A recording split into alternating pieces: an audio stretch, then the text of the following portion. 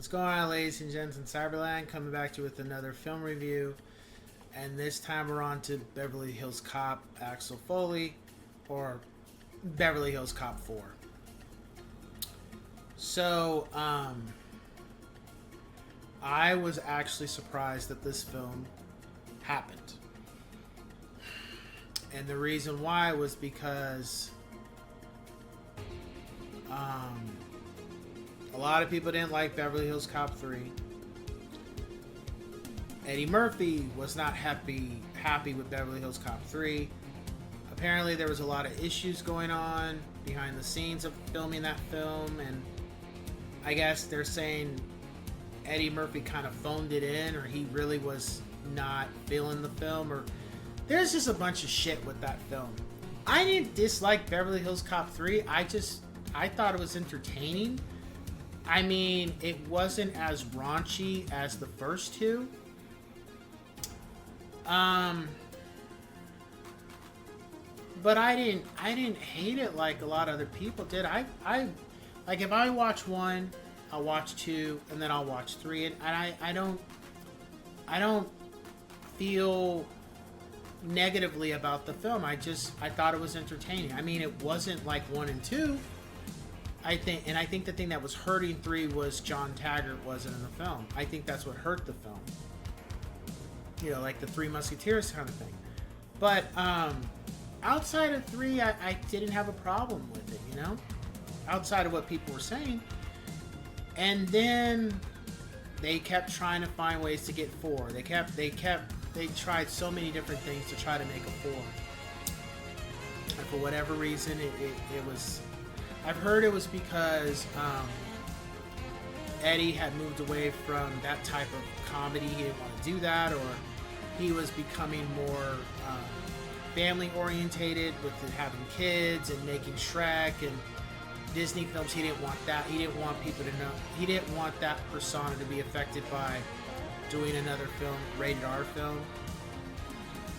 I mean, there was just so many things, or the script wasn't right, or it was just so many things going on, because it was a long, between 3 and 4, it was a long time that they made another film, and they even mentioned it. Like, at one point they talk about incidents of 1 and 2, and then they say about 3 is like, oh, not your finest point. Like, they're literally, you know. But I didn't see a problem. Anyway, this film was about Axel had a daughter. He was still in Detroit, but pretty much he was kind of like the old guard. Like, everybody that he had worked with or knew in Detroit either had passed away or they retired. And that film, or this film was kind of pushing towards that, like, it's just a job, you know. There are more things important than just working all the time. And I think that was the theme of one of the themes of Beverly Hills Cop 4. I call it Beverly Hills Cop 4. I really don't call it Axel Foley. I just say Beverly Hills Cop 4. It was nice to see Taggart and Billy back and some new characters, but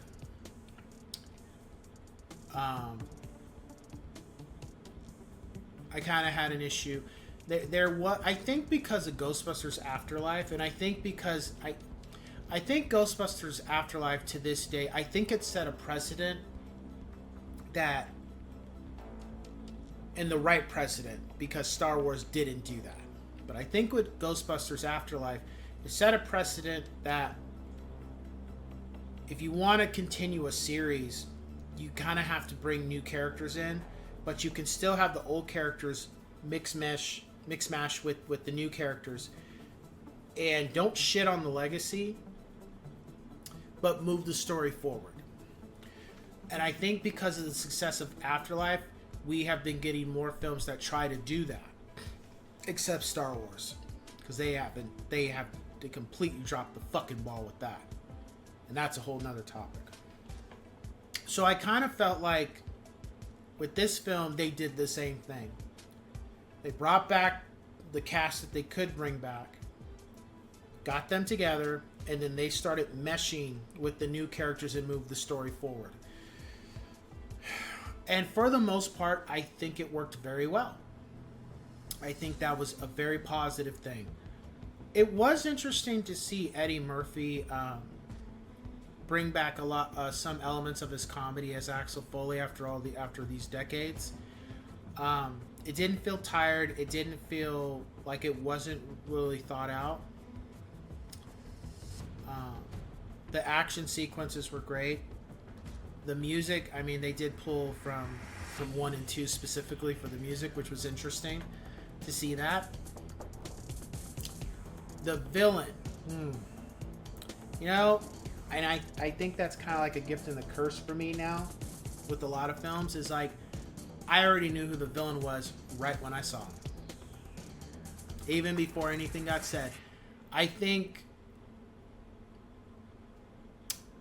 when I knew who the cast was, even before the trailer came out, I already knew who the villain was. I just knew it.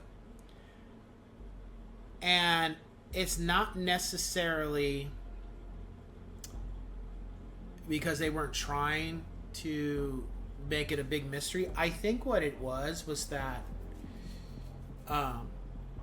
when you look at the cast, it was kind of a thing of like, well, it's obviously not you. It's not going to be you. It's not going to be you. It's not going to be you. It's not going to be the 3 guys.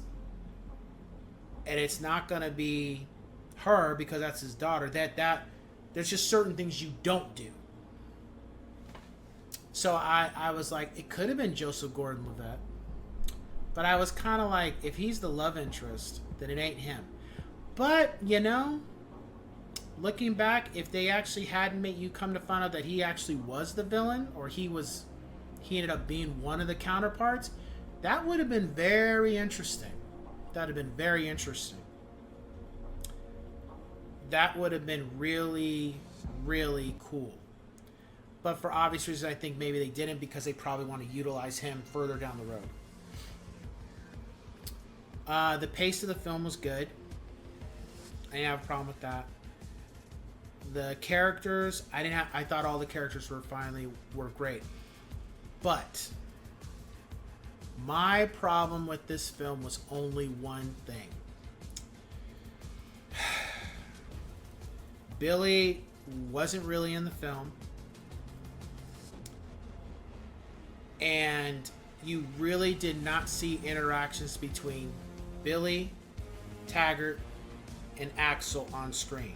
You saw Axel and Taggart, and then at one point you saw Billy and Axel, and then towards the end. But during the film, you did not. That was the thing that really bothered me about this film. Whereas 1 and 2, you saw them. They may not, like 1, they weren't on the same page yet, but you saw the interactions between those 3. 2, they're on the same page. You saw the interactions the whole time. 3, obviously, the actor wasn't able to do 3, so you didn't see that. But with 4, it was